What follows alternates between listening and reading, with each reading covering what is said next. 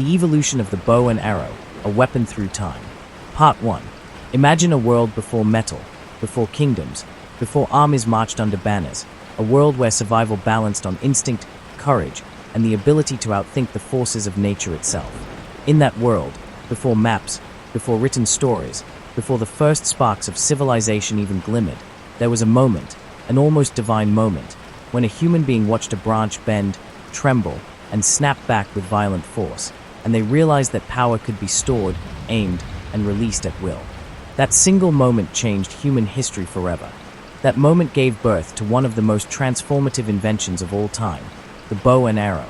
Today, you and I are about to journey through thousands of years, across continents, through ancient kingdoms, harsh deserts, dense forests, and legendary battlefields, to uncover how this simple tool shaped humanity's destiny, influenced culture after culture, and became not just a weapon of survival, but a symbol of discipline, precision, freedom, courage, and human ingenuity. And if you think you know the story of the bow and arrow, trust me, you've only scratched the surface. What lies ahead is a saga that stretches from prehistoric hunters standing in the shadows of giant beasts, to horse archers who conquered half the world, to medieval longbowmen who toppled armored knights, and finally to the high-tech marvels used by modern athletes and hunters today. This is more than history. This is evolution. This is human creativity under pressure. This is the story of the evolution of the bow and arrow, a weapon through time. Our story begins in prehistoric Africa, long before the first cities formed, long before farming, long before pottery or domesticated animals. Early human tribes roamed harsh landscapes in constant pursuit of food, water, and safety. Armed with spears and clubs, they faced predators far stronger and faster than themselves. Every hunt was a gamble, every close-range encounter a brush with death. Then came the revelation: distance, safe distance, could be weaponized. Early humans discovered that a bent branch, held under tension by sinew or flexible plant fibers, could launch a sharpened stick with greater force, speed, and accuracy than any arm could throw. These first bows were simple, rough, and primitive, yet they marked a turning point in human survival.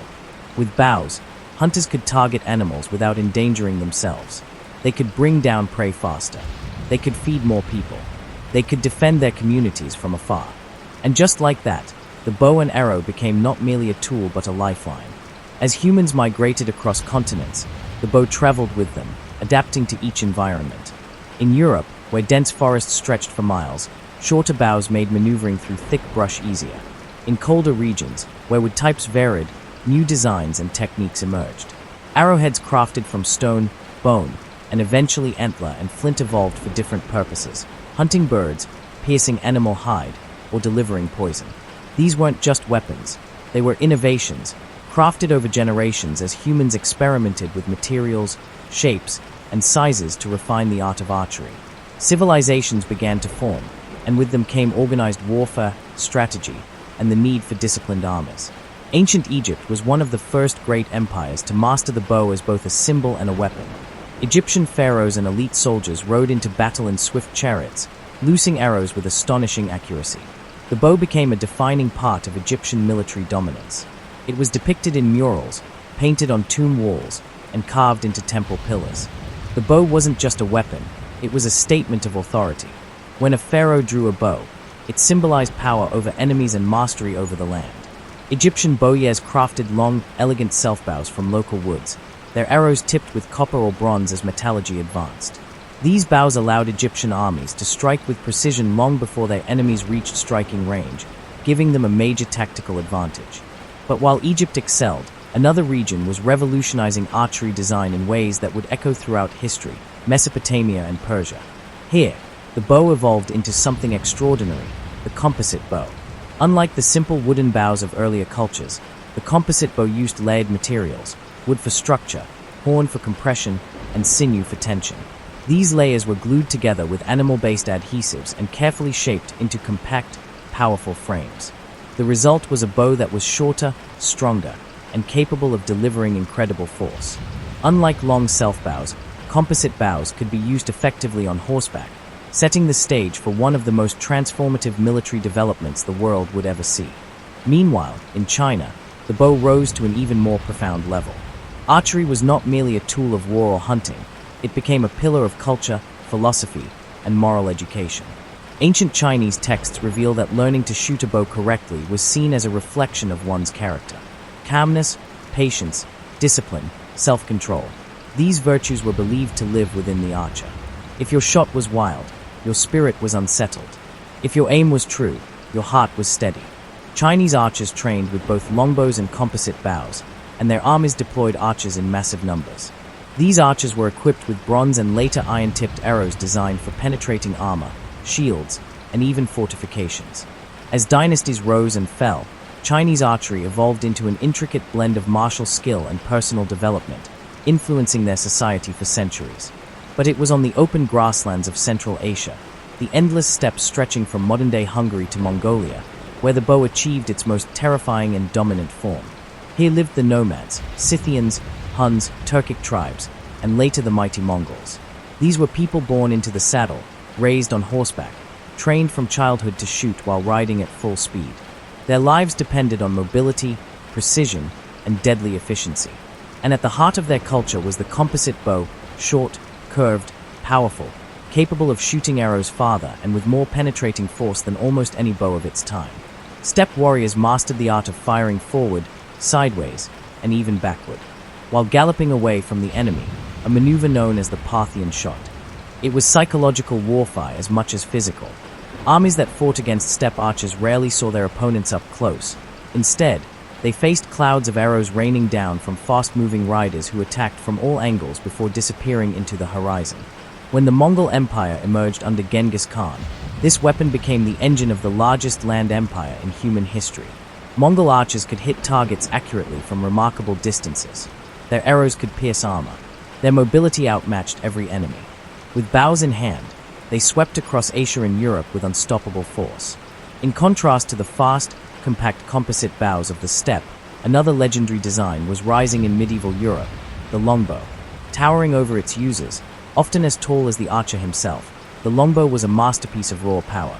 Crafted from yew wood, it required enormous physical strength to draw, sometimes over 150 pounds of pressure. Longbowmen trained from childhood, their bodies physically transformed by years of practice. Their shoulders widened, their spines bent, their arms thickened.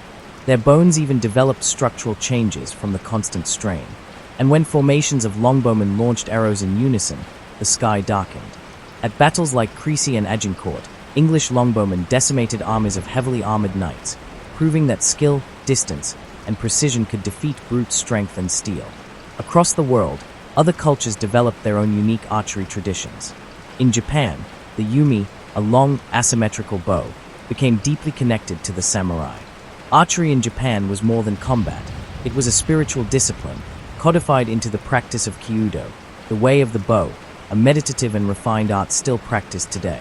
In Africa, various tribes crafted bows suited to their environments, short hunting bows in dense forests, long flexible bows in open savannas. In the Americas, indigenous cultures used bows for hunting and warfare, adapting designs for buffalo hunts, forest combat, and mounted archery in later centuries. Everywhere humans lived, bows adapted, evolved, and became intertwined with culture, survival, and identity. But even the most influential inventions faced competition, and by the late medieval era, a new force was rising: gunpowder. Early firearms were slow, inaccurate, and unreliable, yet they required far less skill than archery. A peasant could be trained to fire a musket in weeks. An archer required years of dedicated practice. Armies shifted their strategies.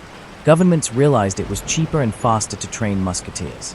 And slowly, the dominance of the bow began to fade. Yet it never vanished. Instead, it transformed. Archery became sport, ritual, art, a connection to heritage, a physical and mental discipline. Poets wrote about it, philosophers referenced it, cultures preserved it, and eventually, technology revived it. In the modern era, archery re-emerged with new materials, new science, and new forms. Fiberglass limbs replaced wood. Carbon fiber replaced sinew. Modern adhesives replaced animal glue. Recurved bows became the standard for Olympic competition, combining elegance with engineering. Compound bows introduced cams and pulleys, reducing holding weight and increasing power. Archery grew in popularity across the world, as sport, as recreation, as a way to reconnect with ancient traditions in a modern age. The bow, once a weapon of war, transformed into a symbol of discipline, precision, focus, and heritage. And now, after traveling across thousands of years and countless cultures, we reach the present moment.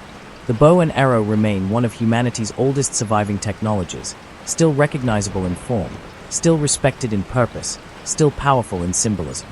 From prehistoric hunters to ancient armors, from nomadic horse archers to medieval longbowmen, from samurai warriors to Olympic athletes, this incredible invention has endured across continents and civilizations. And the journey isn't over. In Part 2, we will dive even deeper into lost bowmaking secrets, legendary archers who changed history, the spiritual meaning behind archery traditions, and the battles where a single arrow altered the fate of nations. So make sure you follow, subscribe, and stay tuned, because Part 2 is coming, and trust me, you do not want to miss it.